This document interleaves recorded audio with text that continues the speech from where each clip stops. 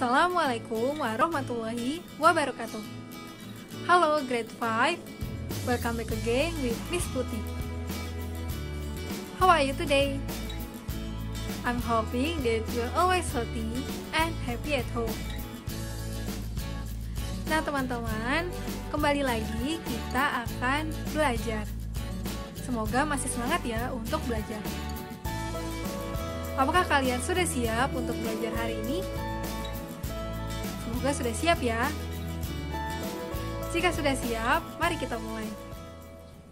Okay, grade 5, before we continue our lesson, let's pray together by saying basmalah and dua before studying. Bismillahirrahmanirrahim. Rabbi zidni ilma warzuqni fahma waj'alni minas sholihin. Amin. Have you ever heard about forces and movement? Apakah teman-teman pernah mendengar tentang gaya dan gerak? Apa ya gaya dan gerak itu? Atau coba ingat-ingat ketika kalian membuka pintu. Apakah itu termasuk ke dalam sebuah gaya? Nah, untuk menjawabnya, hari ini we will learn about forces and movement. Kita akan belajar tentang gaya dan gerak. So what is a force? A force is a push or a pull. Gaya adalah sebuah dorongan atau tarikan. A push is when you press something away from you. Dorongan adalah ketika kamu menekan benda menjauh darimu. When you hit a tennis ball, you use a push. Ketika kamu memukul bola tenis, nah itu adalah sebuah dorongan. A pull is when you talk something closer to you. Sedangkan tarikan adalah ketika kamu menggeser benda mendekat kepadamu. Contohnya, when you drag a sledge.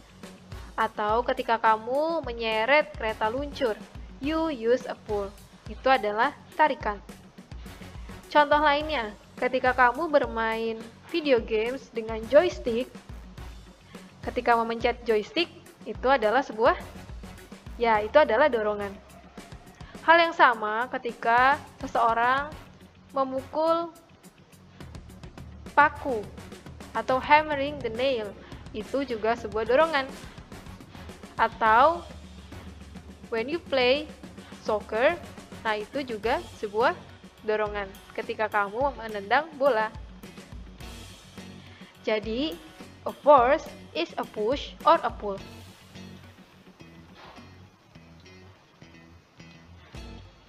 What forces can do?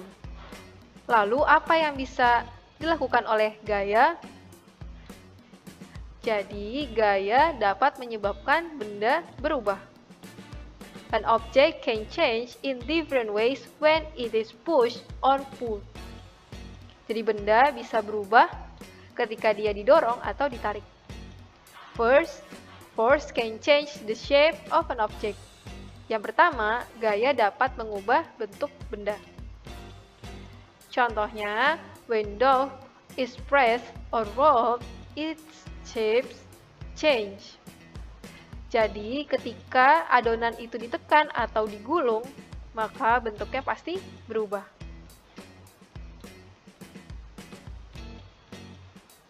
Next, force can start an object moving. Yang kedua, gaya dapat membuat benda menjadi bergerak. When the boy in the photograph kicks the soccer ball, it will start to move. Contohnya ketika anak pada gambar menendang bola, maka bola itu akan mulai bergerak.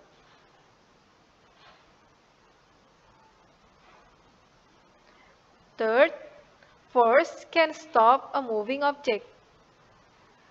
Tapi selain itu, gaya juga dapat menghentikan benda yang bergerak. When the goalkeeper in the photograph catches the soccer ball, the ball will stop moving. Ketika penjaga gawang ini menangkap bolanya, maka bola itu akan berhenti.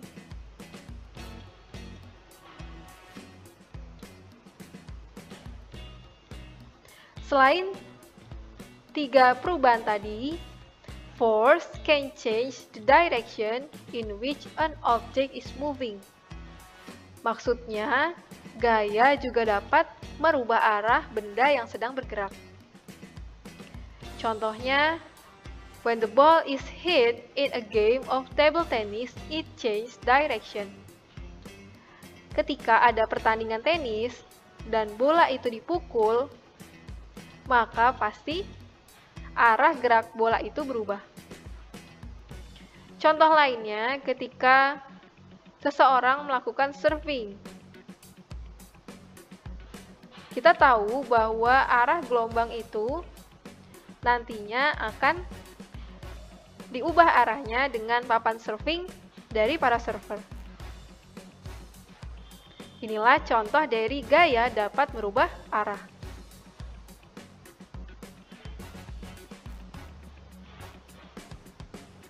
Yang kelima, force can change the speed in which an object is moving. Gaya juga dapat merubah kecepatan benda yang sedang bergerak. Contohnya, when you pedal down a hill, you move faster. Ketika kamu menuruni bukit, ketika naik sepeda, maka sepedamu pasti akan bergerak lebih cepat. Tapi, when you press the brakes, you will slow down. Ketika kamu menekan rem, maka kamu akan berjalan melambat. Nah, ini membuktikan bahwa gaya dapat merubah kecepatan atau can change the speed in which an object is moving. Nah, sampai sini apakah bisa dimengerti, teman-teman? Semoga dapat dipahami ya.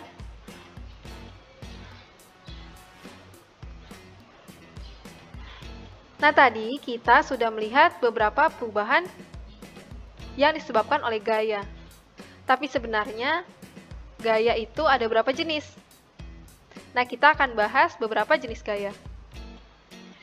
Yang pertama adalah gravitational force atau gaya gravitasi. Coba teman-teman perhatikan skydiver in the photograph. In what direction is the skydiver moving?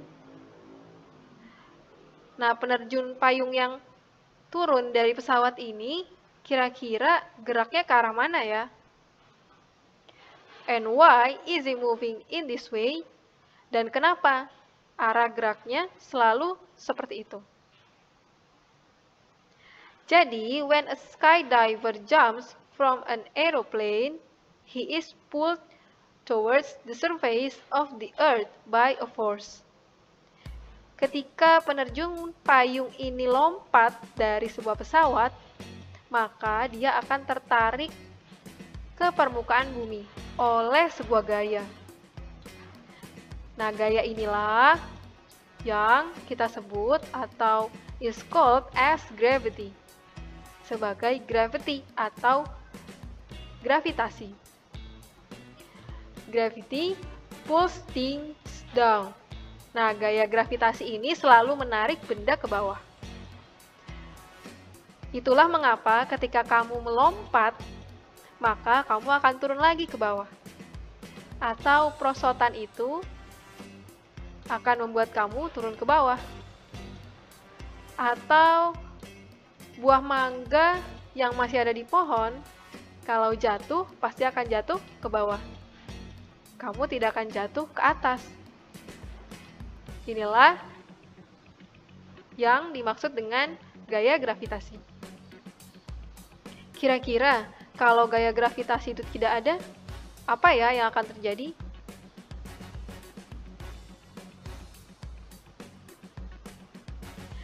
Yang kedua adalah frictional force atau gaya gesek. Nah, coba teman-teman perhatikan Cindy dan Syarif yang sedang melakukan sedikit eksperimen.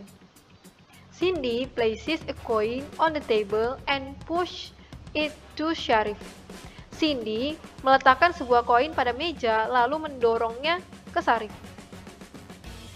and the coin moves across the table, then slows down and stops. Koin itu tadinya bergerak di atas meja, kemudian melambat lalu berhenti. But why did this happen? Kenapa ya ini bisa terjadi? Jadi, when Cindy pushed the coin, it started to move. Ketika Cindy mendorong koinnya, maka dia mulai bergerak. Dan koin ini akan mulai melambat atau slow down and stop due to a force acting against it. Jadi dia berhenti ketika ada gaya yang bergerak berlawanan dengan arah dari gerakan koin itu. This force is called friction. Nah, gaya ini disebut sebagai friction atau gesekan. Friction occurs whenever two surfaces rub against each other. Gesekan itu terjadi ketika ada dua permukaan benda saling bersentuhan. Tapi sebenarnya, friction ini juga bermanfaat, teman-teman. Contohnya, friction is needed between the shoes of a runner and the track. Dia dibutuhkan pada sepatu seorang pelari dan jalanannya. Without friction, the runner will slip and fall. Tanpa ada gesekan, maka pelari itu bisa tergelincir dan jatuh. Hal yang sama terjadi dengan ban mobil dan jalanan. Nah, kira-kira kalau tidak ada gaya gesek, apa ya yang akan terjadi? Oleh karena itu, gaya gesek juga bermanfaat. Nah, tapi apakah ada perbedaan jika gaya gesek pada permukaan yang kasar dengan permukaan yang halus? Oke, kita lihat pada ilustrasi berikut. Rough surfaces produce more friction than smooth surfaces. Jadi, permukaan yang kasar menghasilkan gesekan yang lebih besar daripada permukaan yang halus. Contohnya pada gambar. It is hard for Majid to move the box because of the friction between the box and the carpet. Nah, Majid ini kesulitan untuk memindahkan kotak karena adanya gaya gesek antara kotak dengan karpet. Nah, kita tahu permukaan karpet ini kasar atau rough surfaces. Namun, Sharif can move the box more easily because there is less friction between the box and the smooth tiles.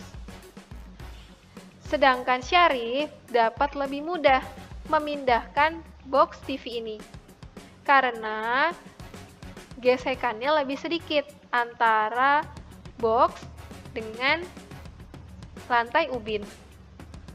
Kita tahu bahwa ubin itu permukaannya halus atau smooth surfaces.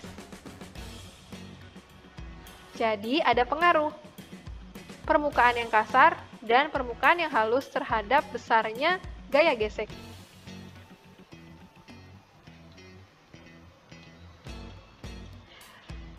Jenis gaya selanjutnya adalah gaya magnet atau magnetic force. The magnet attracts things made of iron and steel. Kita tahu bahwa magnet akan mudah menarik benda yang terbuat dari iron, besi, and steel atau baja. This force of attraction is called magnetic force. Nah, gaya dari tarikan ini disebut sebagai gaya magnet. Contoh gaya magnet itu seperti gambar. Nah, ini kita tahu ada model magnet bentuk U yang menarik benda-benda dari besi.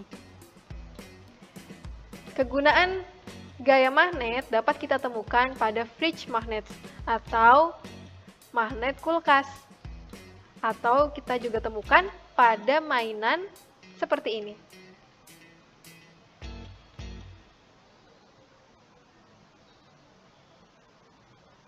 Gaya selanjutnya yaitu elastic force atau gaya pegas. Nah, coba teman-teman perhatikan dan boleh lakukan di rumah. Take a rubber band and stretch it between your hands. Coba ambil karet gelang dan regangkan di antara kedua tanganmu. When you let the rubber band go, a force returns it to its original shape. Nah, ketika kamu melepaskan karet gelang tadi, maka ada gaya yang mengembalikan karet gelang itu ke bentuk aslinya.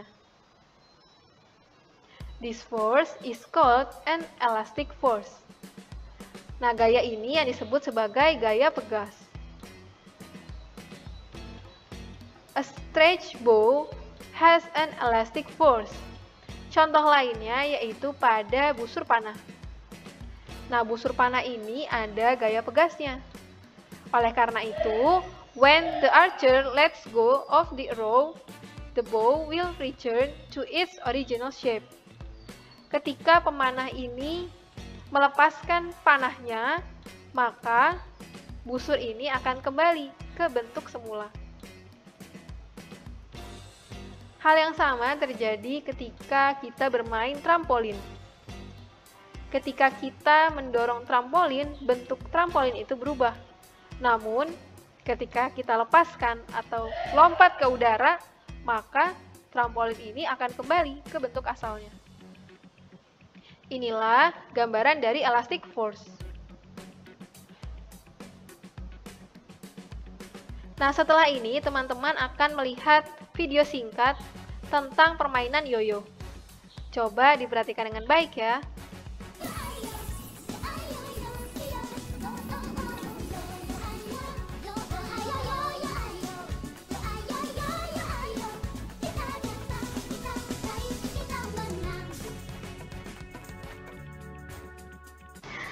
Oke teman-teman, bagaimana videonya tadi?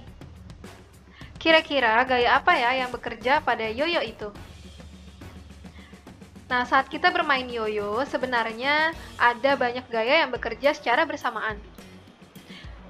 Yang pertama, ketika kamu melepaskan yoyo, maka yoyo itu akan jatuh ke bawah. Hal ini menunjukkan adanya gaya gravitasi. Selain itu, jika kamu perhatikan, antara tali dengan bagian yoyo itu, pastinya ada gesekan. Oleh karena itu, jika kamu membiarkan yoyo ini berputar, maka lama-kelamaan akan berhenti. Karena ada gaya gesek antara tali dengan yoyo. Nah, kira-kira ada gaya lain tidak ya yang bekerja pada yoyo ini?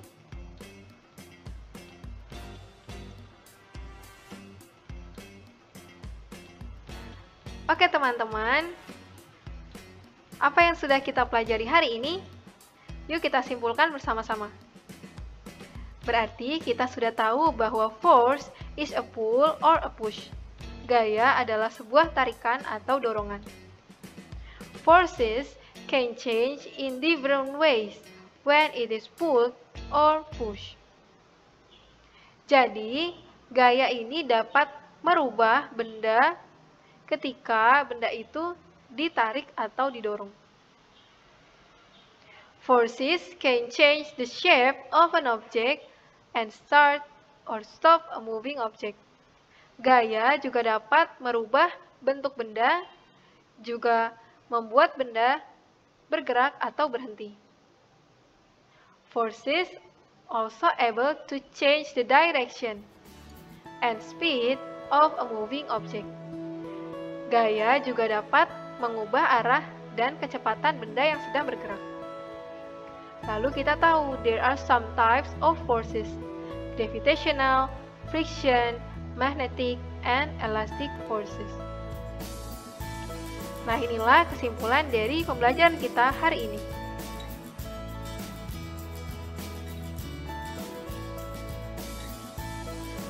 Oke, grade 5, thank you for watching this video. Terima kasih sudah menyimak video ini sampai selesai. Seperti biasa, if you have any questions, you may ask me through WhatsApp or Google Classroom. Now, for your exercise, please demonstrate record and answer activity in workbook pages 62. Jadi pada workbook halaman 62 ini, di sini ada eksperimen sederhana. Nah, kalian lakukan, kemudian direkam.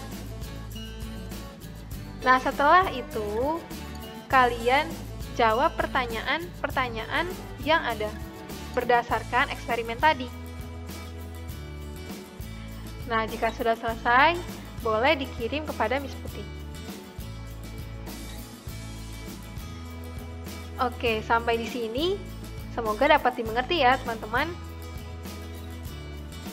Jangan lupa untuk tetap menjaga protokol kesehatan.